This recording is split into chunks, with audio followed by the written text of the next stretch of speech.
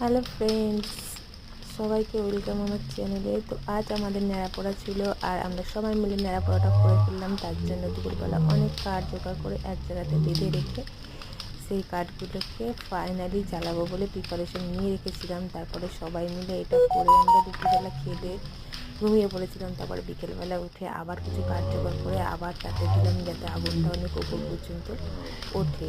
আর আগুনটা যত উপরে ওঠে ততই মজা, আর দেখতেও খুব ভালো লাগে। বছরে একটা দিন আমরা এটা করি, তো সারা বছর তার জন্য অপেক্ষা করে থাকি। ছোট বড় সবাই মিলে উদ্যোগ নিয়েই কাজটা আমরা করি।